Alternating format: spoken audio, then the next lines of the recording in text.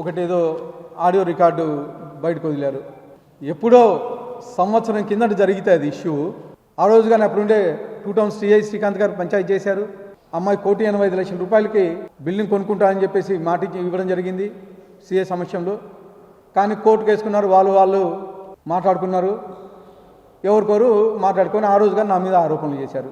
ఆ రోజు కానీ చెప్పాను, నాకు సంబంధం లేని అంశం.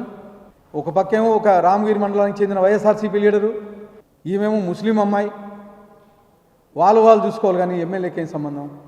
ఆ రోజు కానీ ఒక నాయకుడు తీసుకొచ్చి ప్రెస్ మీట్ పెట్టి ఇచ్చేసి ఎమ్మెల్యే మీద బురద చల్లడం. సరే ఆ రోజు మాట్లాడింటే ఆ రోజు రిలీజ్ చేయాలి కదా మీరు వాయిస్.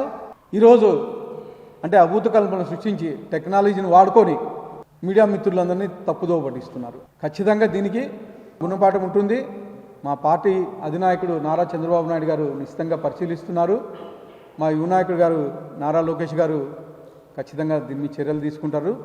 మేము ఏ తప్పు చేసినా కానీ మా అనుచరులకు కానీ చెప్తున్నా, అలాగే అనంతపురం అర్బన్ నియోజకవర్గంలో ఉండే మా తెలుగుదేశం కార్యకర్తలకు అయితేమి, నాయకులకు అయితేమి అందరికీ హెచ్చరిస్తున్నా ఈరోజు మీ ముఖంగా, మీడియా ముఖంగా, ఎవరన్నా తప్పు చేస్తే చట్టరీత్యా ఖచ్చితంగా చర్యలు తీసుకుంటాం.